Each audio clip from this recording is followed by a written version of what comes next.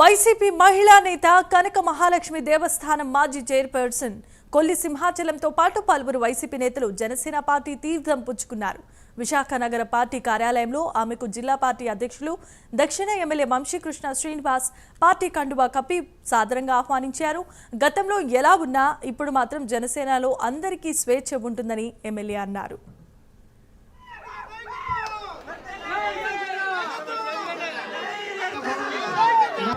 జాలార్ community, అలాగే చెట్టుబలిజ community, Vadabalija community, Yadavs ఇంకా అందరూ కలిపి ఈరోజు ఈ పార్టీలో రావడం జరిగింది.